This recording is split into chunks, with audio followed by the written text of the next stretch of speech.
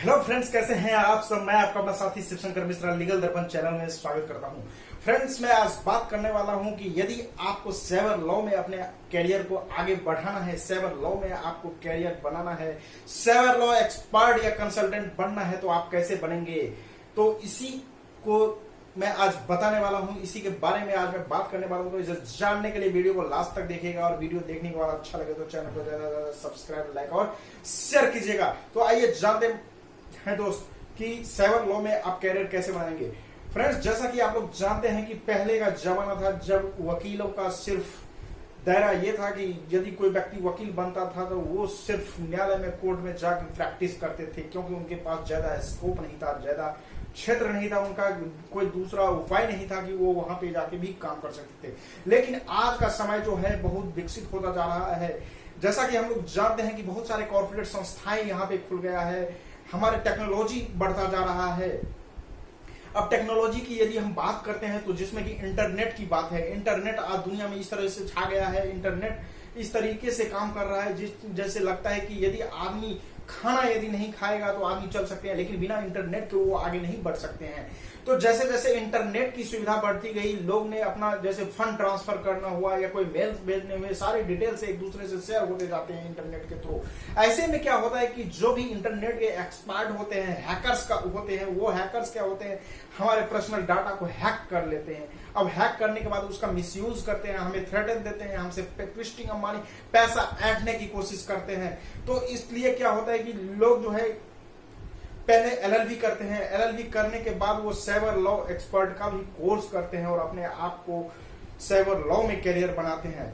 Cyber law में career बनाने के लिए फ्रेंड्स, आपको सबसे पहले 12th के बाद यदि आप करना चाहते हैं तो सबसे पहले आपको 5 साल का एलएलबी करना पड़ेगा। और यदि आप ग्रेजुएशन के बाद करना चाहते हैं तो 3 साल का एलएलबी का कोर्स कीजिए। एलएलबी करने के बाद आपको साइबर लॉ में आपको कोई सर्टिफिकेट कोर्स या डिप्लोमा कोर्स करना पड़ता है। जब आप सर्टिफिकेट कोर्स या डिप्लोमा कोर्स कर लेते हैं, उसके बाद आपको किसी साइबर लॉ एक्सपर्ट के अंदर इंटर्नशिप करना होता है, उनके कामों को सीखने के लिए, परखने के लिए कि आप साइबर लॉ में कैसे आगे बढ़ सकेंगे, साइबर लॉ कंसल्टेंट का कैसे काम कर सकेंगे। जब आप इंटर्नशिप कर लेते हैं और एक परिपक्व साइबर लॉ एक्सपर्ट बन जाते हैं, उसके बाद आप किसी कंपनी में या अपना फर्म खोल के एक कंसल्टेंट के रूप में आप कार्य कर सकते हैं। और आपका काम यह होता है कि साइबर लॉ के जो कानून बनाए गए हैं राष्ट्रीय और अंतर्राष्ट्रीय स्तर पर, जिसका की काम होता है कि साइबर क्राइम को रोकना, जो भी साइबर क्राइम होता है उस क्राइम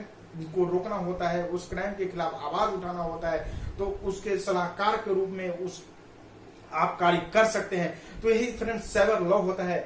और साइबर लॉ का डिमांड दिन से दिन फ्रेंड्स बढ़ता जाता है, क्योंकि आप लोग जानते हैं कि जिस तरीके से आज समाज में विकास हो रहा है, हमारे देश का विकास हो रहा है, कंपनियां ज्यादा से ज्यादा आदि रही है, इंटरनेट की सुविधाएं बढ़ रहा है, हमारे जो भी काम होता है आजकल यदि हम कोई सामान परचेज करते हैं तो सामान परचेज करने के लिए हम पेटीएम करते हैं या फिर फोन पे करते हैं या गूगल पे करते हैं। तो इसमें क्या होता है, हमारे जो डेटा होता है वो डेटा सर्कुलेट होता है, डेटा जो होता है एक दूसरे से शेयर होता है, जिससे कि बड़े बड़े हैकर्स जो होते हैं वो हमारे डेटा को हैक कर लेते हैं और उसके थ्रू हमारे पर्सनल डाटा के आधार पर सारे अकाउंट से पैसे निकाल लेते हैं या उसका मिसयूज करते हैं और उसके बाद हमें थ्रेटन देते हैं, धमकी देते हैं कि इतने पैसे दो, नहीं तो तुम्हारे डाटा से मैं ये कर दूंगा वो, या फिर ऐसे काम करूंगा जिससे तुम्हें हानि होगा। तो इसी सबसे बचने के लिए इसे हम साइबर क्राइम कहते हैं। इस साइबर क्राइम से बचने के लिए साइबर लॉ एक्सपर्ट का सहारा लेना पड़ता है।